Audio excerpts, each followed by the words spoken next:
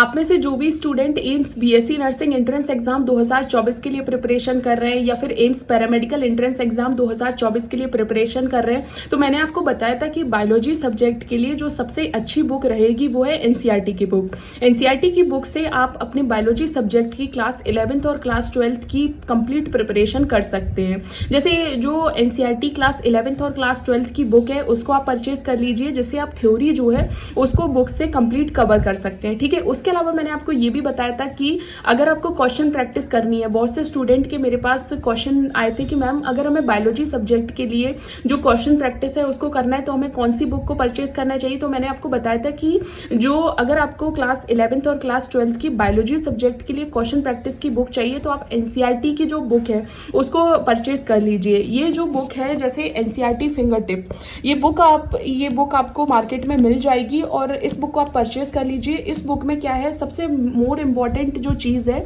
वो ये है कि इसमें एनसीईआरटी जो क्लास 11th और क्लास 12th की जिसमें पूरी थ्योरी दी गई है उसी से रिलेटेड क्वेश्चन इसमें पूछे गए हैं। ठीक है, चैप्टर वाइज जो कंप्लीट ये आपको बुक इस तरीके की ये बुक दिखती है। ठीक है, ऐसी ये इस तरीके की बुक है और आप इसको परचेज कर लीजिए। इससे क्या होगा कि इसमें चैप्टर वाइज जो भी क्वेश्चंस हैं वो सभी आपको दिए गए हैं। ठीक है, तो आप चैप्टर वाइज सभी जो भी इंपॉर्टेंट चैप्टर्स हैं क्लास 11th और क्लास 12th के जो आपको एग्जाम में जिनसे रिलेटेड क्वेश्चन पूछे जाने वाले हैं तो आप उनको सॉल्व कर सकते हैं इस बुक में। ठीक है, इस बुक में देखिए चैप्टर वाइज सभी जो क्वेश्चंस प्रैक्टिस वगैरह जो है वो दी गई है। ठीक है, चैप्टर वाइज सभी क्वेश्चंस दिए गए हैं। उसके अलावा क्या है कि इस बुक में चैप्टर्स के साथ साथ जैसे मान लीजिए आप में से बहुत से स्टूडेंट हैं जो थ्योरी के लिए परेशान है कि मैम हम थ्योरी कहाँ से पढ़ें, तो अगर आप इस बुक को परचेज करते हो तो इस बुक में चैप्टर वाइज थ्योरी जो है वो भी दी गई है, तो आप उसको भी पढ़ सकते हो और जो क्वेश्चंस हैं उनको भी मतलब सॉल्व कर सकते हो, जिससे आपकी थ्योरी की भी प्रैक्टिस हो जाएगी और जो क्वेश्चन प्रैक्टिस है वो भी बहुत अच्छे तरीके से हो जाएगी। ठीक है,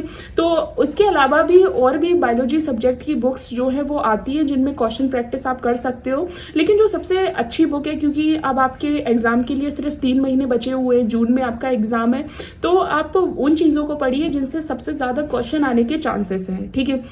बायोलॉजी सब्जेक्ट के क्वेश्चन सबसे ज़्यादा जो आते हैं वो एनसीईआरटी की बुक से पूछे जाते हैं और एनसीईआरटी के ही अगर आप क्वेश्चन प्रैक्टिस कर लोगे, जैसे इस बुक में ना चैप्टर वाइज जो भी क्वेश्चंस दिए गए हैं वो टोटल ऐसा है जैसे जो लैंग्वेज है उसको क्वेश्चन फॉर्म में कन्वर्ट कर दिया गया है। ठीक है, तो जब आप उन क्वेश्चंस को सॉल्व करोगे तो आपको लैंग्वेज जो है वो भी याद होगी, जो थ्योरी में जो भी चैप्टर में दिया गया है वो भी आपको याद होगा, जिससे बार बार आपको रिविजन करने की जरूरत नहीं पड़ेगी। जब भी आप रिविजन करो तब भी इसी बुक से आप जो भी क्वेश्चंस हैं उनको सॉल्व करो, जिससे क्या होगा आपको 2 बेनिफिट होंगे। एक तो आपको चीजें याद होंगी, दूसरा जो भी क्वेश्चन प्रैक्टिस है वो आपकी होगी और तीसरा क्या होगा कि एनसीईआरटी को आपको बार बार पढ़ने की जरूरत नहीं पड़ेगी, क्योंकि जब आप क्वेश्चन सॉल्व करोगे तो आपको वो भी याद हो जाएगी। ठीक है, तो ये बुक बहुत अच्छी है। ऐसा नहीं, इस बुक के अलावा भी बायोलॉजी सब्जेक्ट की बहुत सी बुक जो है वो आपको क्वेश्चन प्रैक्टिस की मार्केट में मिल जाएगी, लेकिन क्योंकि आपके पास कम टाइम है तो आप इस बुक को परचेज कीजिए, ज्यादा बेस्ट रहेगा, क्योंकि आपकी एनसीईआरटी जो है फिर आपको एक्स्ट्रा कहीं से पढ़ने की जरूरत नहीं है।